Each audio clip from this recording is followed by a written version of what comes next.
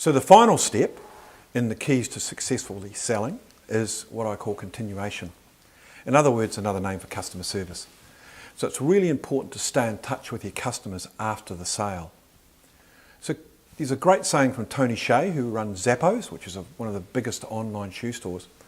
He believes that customer service isn't a department, it's the entire company. There's a great story about the Amazon founder, Jeff Bezos, who talks about how to treat customers. And at every senior leadership team that he ran when he first started the business, he used to have a spare chair sitting in the corner. And the senior leaders would come in and they'd talk about, all the things that were important. And after several meetings, one of the senior executives asked Jeff, he said, look, every time we come into this meeting, there's this chair there. What is with the spare chair? And Jeff said, I'm really glad you asked me that, because that represents the customer. In every meeting that we run, in every meeting that we do, we've always got to have the spare chair there in our mind. We've always got to have the customer in our mind, because we're a customer business. And that's the importance of customer service. You have to put the customer first in most cases, because that's the key to you being successful in customer service. There's a myth around providing customer service is expensive. Well, I believe it's a lot more expensive to acquire a customer than to look after one you've already got. And I think a lot of businesses fall into this habit of punishing their customers because they're afraid of the 2% that complain. The reality is there's 98% that love them.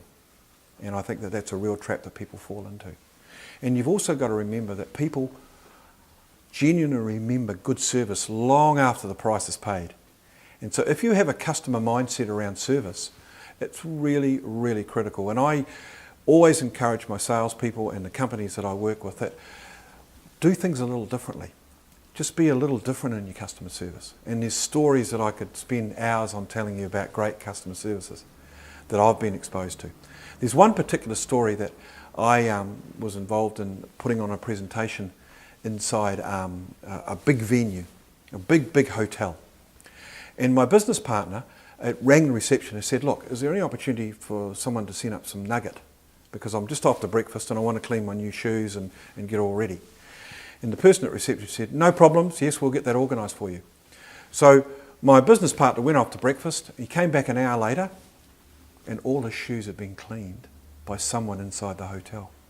Now that's customer service. That's being just a little bit different. That's having a customer service mindset. So just some tips that I give clients often is, want to build relationships with their clients? Send them thank you notes. Handwritten thank you notes to their home address, thanking them for their business. 2 a week. That's all you have to do. Get your people to do 2 a week. So if they're dealing with customers, just get them to do 2 a week. That's all you need to do. Do surveys. Go back and ask your clients, why are you buying off me? And reward them for that. Give them vouchers and give them free stuff from your business. The third thing is, make sure that you are always available to them if they want you. There's one particular company that I work with, a media company, they had a 24-hour on-call number, 0800 1800 number, that you could call that media company anytime you like if you had a problem.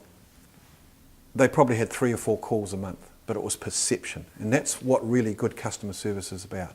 It's creating the right perception about you versus your competition. So customer service is certainly a key to successful selling.